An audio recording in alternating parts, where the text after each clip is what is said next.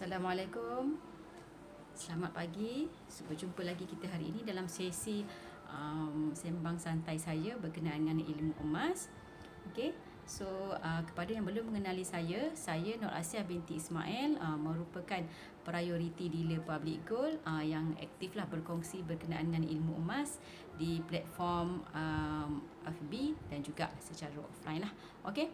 So saya bukanlah pakar emas dan saya sebab emas ni dia berkait dengan kewangan kan. So saya bukan juga pakar kewangan, tapi saya belajar daripada pakar dan mentor saya adalah Tuan Muhammad Zulkifli ni, Tuan Muhammad Zulkifli Syafi'i, yang merupakan pakar emas lah. Okey, pakar emas. Okey. So kalau nak belajar juga lagi lanjut, boleh saja dapatkan buku wang emas ni, Bertahan Ketika Gawat, tulisan beliau.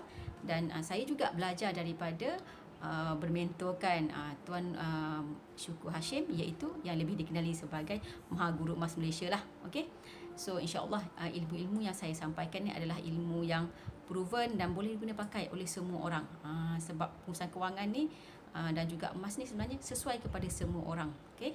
So macam mana kita nak mengurus kewangan kita melalui simpanan emas. Sebab kalau ikut pakar-pakar kewangan, emas adalah insurans pada kewangan kita. So semua orang kena ada simpanan emas at least 10%. At least 10% daripada nilai kekayaan kita kena ditukarkan kepada emas. Okey. So hari ini saya nak sembang-sembang sikit bawah tajuk emas penyelamat simpanan ketika bankrupt. Ketika bankrupt. Kita tak naklah kan, na'udzubillah min zalik, di bankrupt, tapi kita kena bersedia ke arah itulah apa-apa pun. So maknanya kalau ada berlaku keadaan yang mendesak, kita ada cara yang untuk mengatasi musibah tersebut lah. Okey. So emas penyelamat simpanan ketika bankrupt. So bankrupt ni apa? Macam tak biasa dengar je kan. Bankrupt contoh kita biasa dengar, tapi macam kita kata, boleh ke kita di bankruptkan? Okey. So saya ada buat sikit lah research ni pasal bankrupt ni. So bankrupt ni sebenarnya dia hanya perlukan kita tak mampu membayar pinjaman berjumlah 50,000 sahaja. 50,000. So kecil je kan nilai ni tu. Tak adalah besar pun. Bukan kata nak kena pinjaman berjuta-juta yang tak bayar baru nak dibankruptkan. Maknanya serminima 50,000. Ini ikut Akta 2017 2017, Akta Insolvensi 2017 yang mengatakan hanya 50,000 dah boleh dibawa ke prosiding mahkamah untuk dibankruptkan. Sebab tu ramai. So Kerajaan Akhbar ni pada 2019 ikut data insolvensi 4 tahun ke belakang, maknanya lebih kurang dalam 2016 sehingga 2019 ni juga yang dibankruptkan. Yang dibankruptkan kalau ikut negeri, Selangor, Kuala Lumpur dan Johor lah yang paling tinggi, tiga paling tinggi. Berikut umur. Ini pun macam menarik jugalah sebenarnya kan, bila kita tengok kenapa boleh dibankruptkan tu. So ikut umur, yang dibankruptkan adalah yang paling banyak, iaitu 32,000 yang berumur antara 35 hingga 44 tahun. Maknanya orang-orang macam yang dah mula hidup lah. Kalau yang kata nak mula hidup ni, mungkin yang 25 hingga 34 ni macam baru-baru kerja kan. Dia sebenarnya yang dah kerja lah. Yang dah kerja dah kerja 4-5 tahun. Lepas tu dah banyak komitmen. Banyak komitmen lah. Beli rumah, beli kereta kan. So kalau yang jenis nak ikut trend ni pula, nak beli benda ni. Contoh kata, yang beli yang luar kemampuan sikit, ambil pinjaman peribadi. Okay. So 35 hingga 44 tahun yang paling banyak bankrupt, iaitu 32,000 orang, dan diikuti yang berusia yang macam lewat sikit 45 hingga 54. 49 hingga 54. Okey, 54. Manakala yang baru-baru mula tu 25 hingga 34 tu kurang sikit lah. Maknanya yang paling rendah antara 33 tu itu 23,000. Tapi maknanya yang tinggilah kan jumlahnya untuk yang umur 35 hingga 44. So itu pentingnya orang-orang muda ni ada juga belajar pengurusan kewangan. Okey. So kalau yang tak ada lagi basic pengurusan kewangan, macam mana uruskan duit dia, so better lah belajar. Yang banyak, yang free pun ada banyak. Boleh ikuti je mana-mana orang-orang yang pakar lah pasal kewangan ni dalam Malaysia kan. Kalau ikut yang dalam FB pun banyak lah orang yang berkongsi pasal ilmu kewangan ni. Okey. So macam contoh saya lah, saya masa saya mula kerja dulu sangatlah tak ada ilmu kewangannya. Mula kerja dapat gaji tu rasa macam dunia ni aku yang punya, sebab saya bukan orang senang. Masa dapat gaji pertama tu lah rasa macam 1,500 je pun masa tu, tapi sangatlah rasa macam wah, duit aku ada kan, nak beli semua benda. Lepas tu dah macam setengah tahun kerja rasa macam tak boleh macam ni. Sekarang kita tak ada simpanan kan, dapat gaji hari ni 20 hari bulan, 25 hari bulan dah habis. So macam mana nak hidup ke depan, nak beli rumah, nak apa kan. So saya mulalah macam menyimpan. So kenalah macam tu. So kalau ikut statistik ni, yang paling tinggi adalah yang dibankruptkan atas sebab pinjaman peribadi. Pinjaman peribadi. Dia tak cakap kat sini pinjaman peribadi apa kan. Tapi kan pinjaman peribadi kalau ikut saya punya macam observation, ramai orang yang ambil pinjaman peribadi ni yang tujuannya kalau ikut kewangan yang betul, dia bukanlah keperluan lah, dia hanya kehendak. Sebab banyak kes yang saya dengar, banyak cerita lah yang saya dengar kan, buat loan peribadi, macam contoh-contohlah yang saya dengar yang dapat rapat sikit peribadi untuk nak renovate rumah. Sebenarnya kalau yang basic masuk renovate rumah, yang masuk rumah baru mungkin buat grill sedikit je lah kan. So kalau tak mampu, nak kena meminjam, itu bukan dah keperluan, itu adalah kehendak.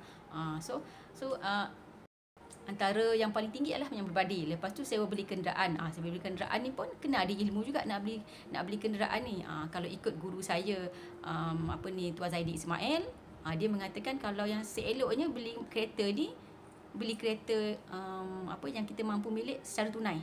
Kalau 10,000 kita ada yang boleh beli kereta, belilah kereta 10,000, dia kata macam itulah. Tapi saya masa saya mula-mula kerja dulu, beli kereta sebab perempuan kan, masa macam takut beli kereta second hand kan, takut pula sedai tepi jalan, kita bukannya pandai kereta. So tapi saya beli kereta yang harga paling murah lah. Macam contoh masa tu saya beli kancil lah.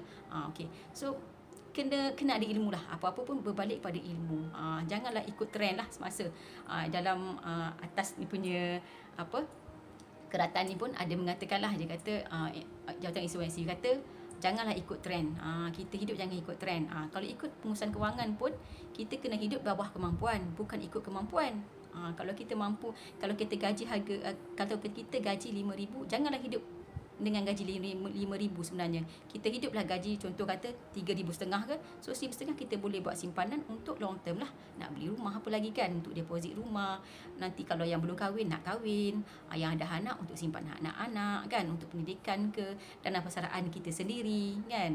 So banyak benda yang kita kena buat, yang kita kena simpan. Sebab macam kalau sekarang, dia sebenarnya kalau sekarang kita rasa macam tak ada apa, tapi long term kita tak tahu apa yang boleh berlaku. Okay?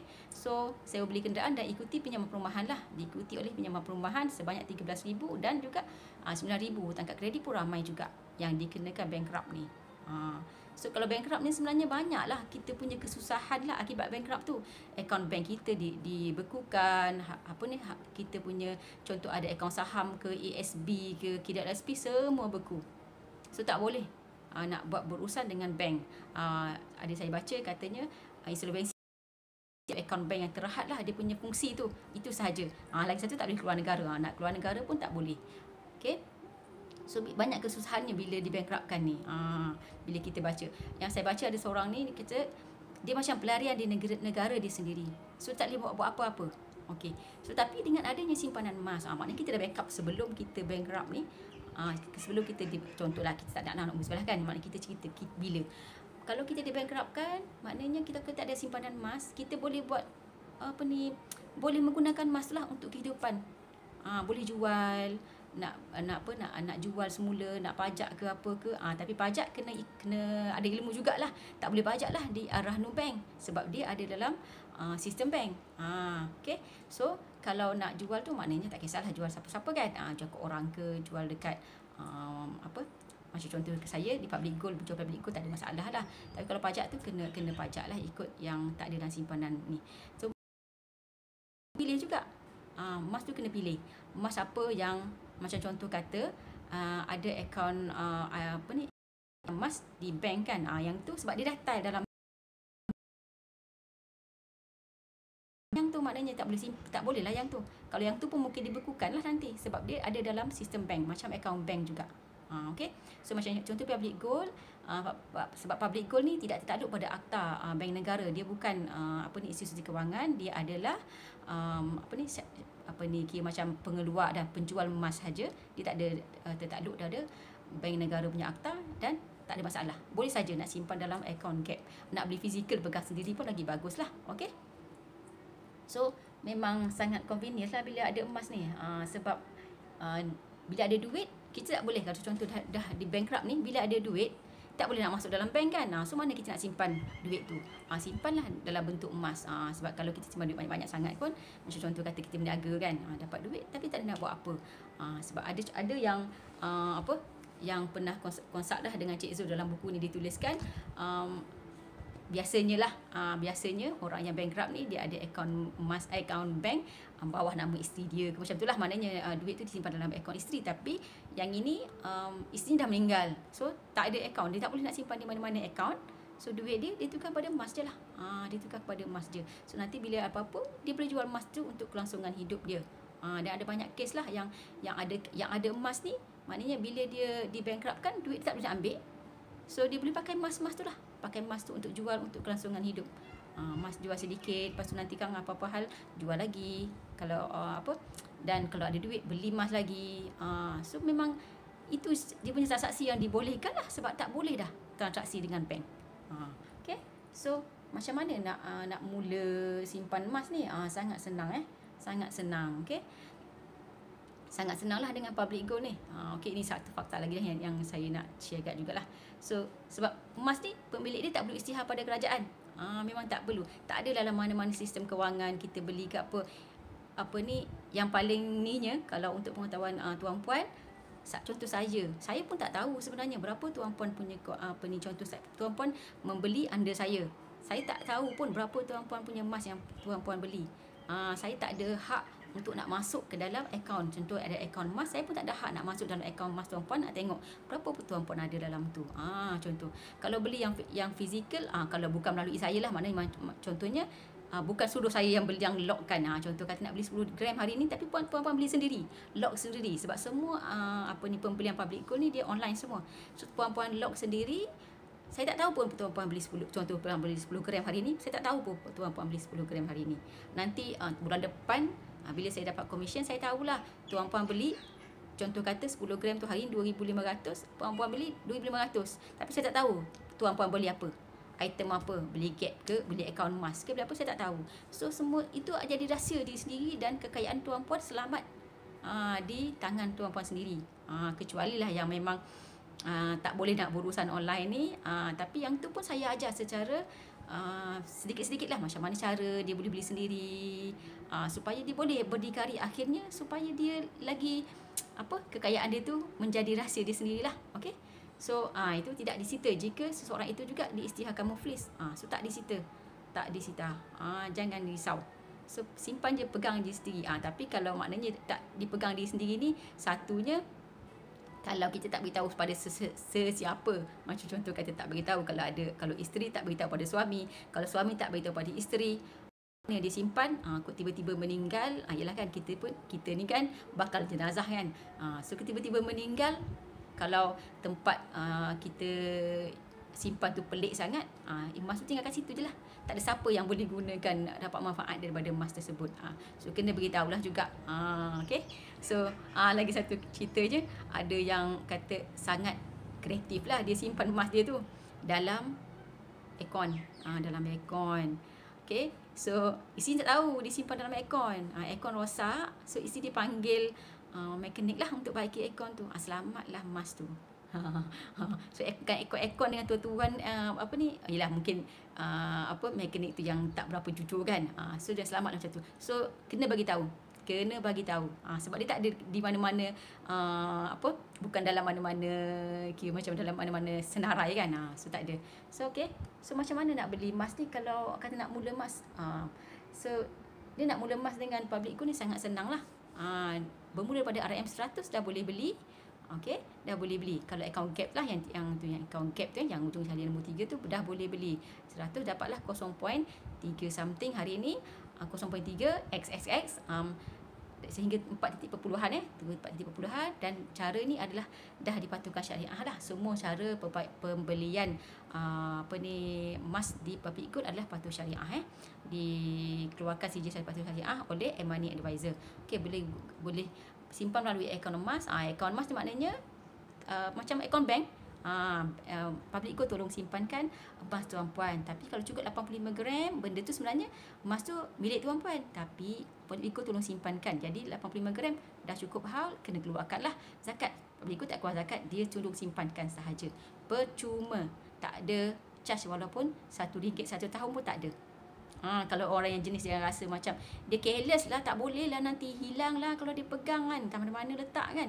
Aku ada yang macam tu dan risau. Dia kata tak selamat lah, rasa macam rumah dia selalu kena masuk orang ke kan. Contoh macam tu. So sesuai akaun emas, akaun gap ni. Dan juga orang yang tak ada bajet tinggi. Macam contoh nak beli yang apa fizikal terus, contoh 1 gram 350 lah. Kalau bawah 350 tak boleh beli. So belilah akaun emas. 100 tak boleh dapat 0.3 minima 100 tu.